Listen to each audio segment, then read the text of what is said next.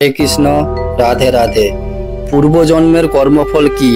এক পুরোহিতের কাহিনী দিয়ে এই পূর্বজন্মের কর্মফল কি ভিডিওটির মাধ্যমে তোমাদের জানাবো।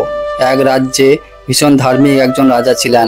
তিনি তার রাজ্যে একটি মন্দির নির্মাণ করেন এবং একজন ব্রাহ্মণকে সেখানকার পূজারী নিযুক্ত করেন।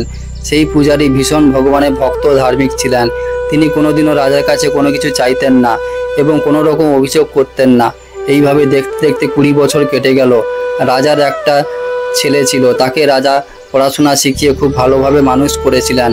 দেখতে দেখতে সে বড় হয়ে গেল। এরপর এক খুব সুন্দর রাজকুমারীর সঙ্গে তার বিয়ে হলো। বিয়ে হয়ে আসার পর প্রথম রাতে রাজকুমারীর ওই রাজমহলের কিছুতেই ঘুম আসছিল না। ফলে রাজকুমারী ঘরের মধ্যে ঘুরতে লাগলো। ঘুরতে ঘুরতে সে একটা মণিপুক্ত গাঁথা দেখতে দেখতে পেল। সেখানে সেটিকে ভালোভাবে দেখার জন্য রাজকুমারী তরোয়ালটি নিজের হাতে নিল, কিন্তু সেটি ধার ও চমক দেখে তরোয়ালটি রাজকুমারীর হাত থেকে পড়ে গিয়ে রাজকুমারের গলায় লাগলো এবং তরোয়ালের আঘাতে রাজকুমারের শিরচ্ছেদ হয়ে সেখানেই তার মৃত্যু ঘটল। তখন রাজকুমারী কাঁদতে কাঁদতে ভগবানকে বলল, হে প্রভু, আমার সাথে এটা কি হয়ে গেল? বিয়ের প্রথম রাতেই আমার স্বামীর মৃত্যু ঘটল, তাও আবার আমার হাতে। কিন্তু এই কথাটি আমি কাউকে বলতে পারবো না, কারণ বললে এই কথাটা কেউ বিশ্বাস করবে না। তার ওপর আমার হাতে আমার স্বামী মৃত্যু হয়েছে জানলে আমার শ্বশুর বাড়ি এবং বাপের বাড়ি চরম বদনাম হবে। এরপর ভোরবেলা রাজকুমারী দেখল ওই মন্দিরের পূজারী এসে কুয়োতে স্নান করে মন্দিরের ভেতরে চলে গেল। তখন রাজকুমারী কান্নাকাটি শুরু করলো এবং চিৎকার করে বলতে শুরু করলো, কেউ এসে আমার স্বামীকে হত্যা করে চলে গেছে। তার কান্না শুনে লোকজন জড়ো হয়ে গেল। তারপর সেখানে রাজামশাই আসলেন। তিনি জিজ্ঞাসা করলেন যে রাজকুমারকে কে হত্যা করেছে। তখন রাজকুমারী বললেন, যে তাকে হত্যা করেছে তাকে আমি চিনি না, কিন্তু তাকে আমি মন্দিরের দিকে যেতে দেখেছি। সকলে তখন মন্দিরের দিকে গেল এবং দেখতে পেল মন্দিরের মধ্যেই পূজারী ঠাকুরের পুজো করছে। সবাই তখন পূজারীকে ধরে জিজ্ঞাসা করতে লাগলো, তুমি কেন রাজকুমারকে হত্যা করেছো? পূজারী তখন বলল যে আমি রাজকুমারকে হত্যা করিনি, ভগবান সাক্ষী আছে। আমি তাকে হত্যা করা তো দূর থাক, কোনোদিনও রাজমহলের ভেতরে পর্যন্ত ঢুকিনি আজ পর্যন্ত। তখন কেউ কেউ তার কথা বিশ্বাস করলো, কেউ আবার তার কথা বিশ্বাস করলো না। তখন একজন এক রকম কথা বলতে শুরু করলো। রাজার বারবার মনে হচ্ছিল যে এমন ধার্মিক পুরোহিত কখনোই কাউকে হত্যা করতে পারে না, কিন্তু বেশিরভাগ লোকই বলেছিল যে ওই পূজারী রাজকুমারকে হত্যা করেছে, তাই রাজা তাকে শাস্তি দিতে বাধ্য হলো। রাজা তখন তাকে বলল, আমি তোমাকে মৃত্যুদণ্ড দেব না, তবে যেই হাত দিয়ে তুমি আমার পুত্রকে হত্যা করেছো তোমার সেই হাতই শরীর থেকে আলাদা করে দেব। এই বলে তিনি পূজারীর ডান হাত কেটে দেওয়ার নির্দেশ দিলেন। ফলে তার ডান হাতটি কেটে দেওয়া হলো। এই ঘটনায় ব্রাহ্মণ খুব দুঃখ পেল এবং মনে মনে ভাবলো, সারা জীবন সে একনিষ্ঠভাবে ভগবানের সেবা করেছে, তাও তার কেন এমন হলো?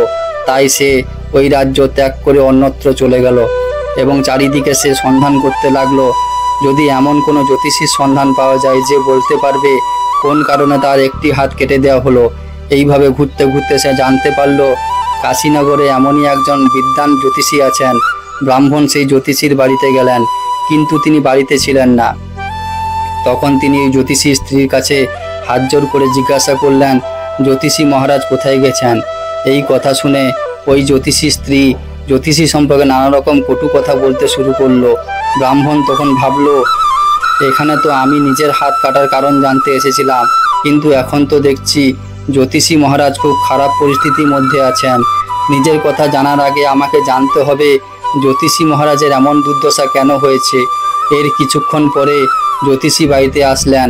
তাকে দেখে জ্যোতিষী স্ত্রী নানা রকম কটু কথা বলতে শুরু করলো এবং তাকে তিরস্কার করলো, কিন্তু জ্যোতিষী চুপচাপ থাকলেন, এর কোনো উত্তর দিলেন না।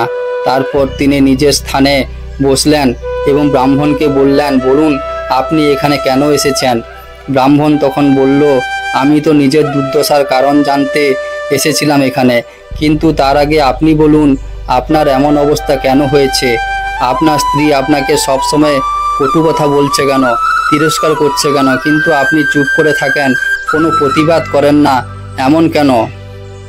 তখন জ্যোতিষী বললেন, আসলে এটা আমার স্ত্রীর দোষ নয়, এটা আমারই কর্মফল যা আমি ভোগ করছি।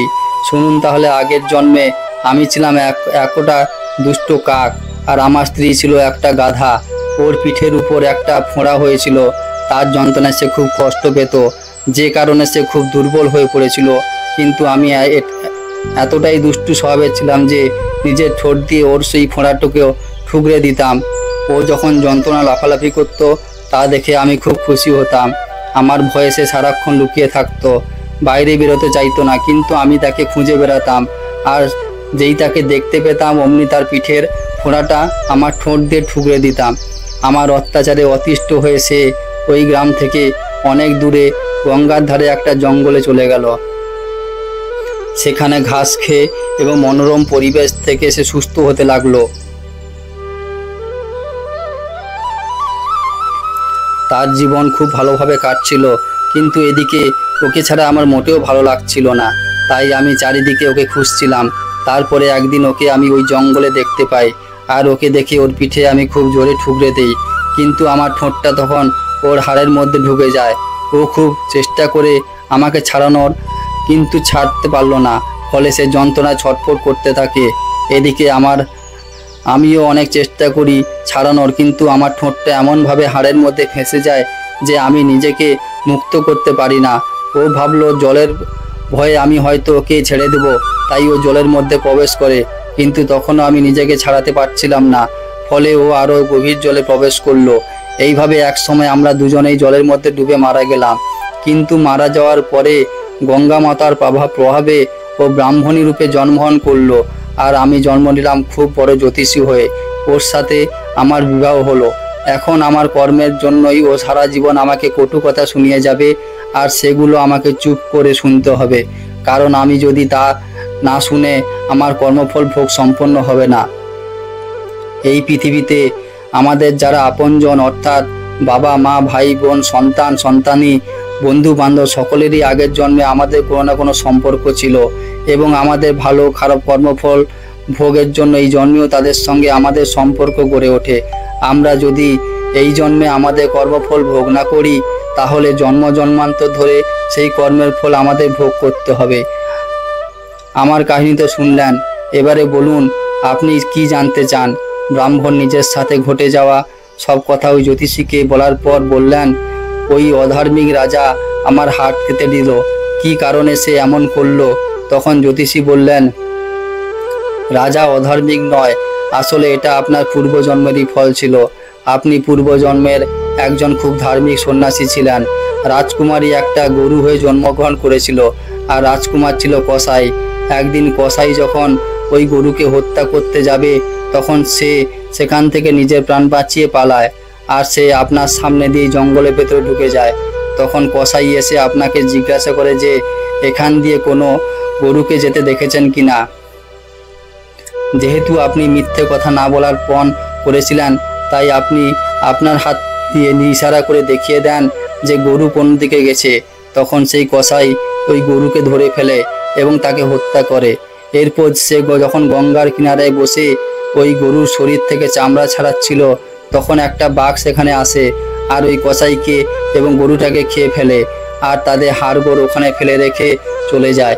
এরপর গঙ্গার জলের মধ্যে ওই হাড়গোড় ভেসে যায়। ফলে গঙ্গা নদীর প্রভাবে পরের জন্মে এই গরুটি রাজকুমারী হয়ে এবং ওই কসাই রাজকুমার হয়ে জন্ম নেয়। তাদের কর্মফল ভোগের জন্যই এক রাত্রির জন্য তাদেরকে আবার মিলিত করা হয়, এবং রাজকুমারীর হাতে রাজকুমারের মৃত্যু ঘটে। আর আপনি যেহেতু আপনার ডান হাত তুলে দেখিয়েছিলেন যে গরুটি কোন দিকে গিয়েছে, সেই কারণে আপনার ডান হাত কাটা যায়। আপনার এই হাত কাটার পেছনে রাজা বা অন্য কোনো কেউ দায়ী হলো আপনার কর্মফল। তাই আমরা যদি জানতে পারি যে আমরা আমাদের কোন পাপের কারণে শাস্তি ভোগ করছি, তাহলে সহজেই আমরা তা মেনে নিতে পারি। তো বন্ধুরা, ভিডিওটি ভালো লেগেছে আশা করব। সমস্ত কথা শোনার পর ওই ব্রাহ্মণ সেখান থেকে প্রস্থান করলেন। তো বন্ধুরা, যেমন কর্ম করবে তেমন ফল পাবে।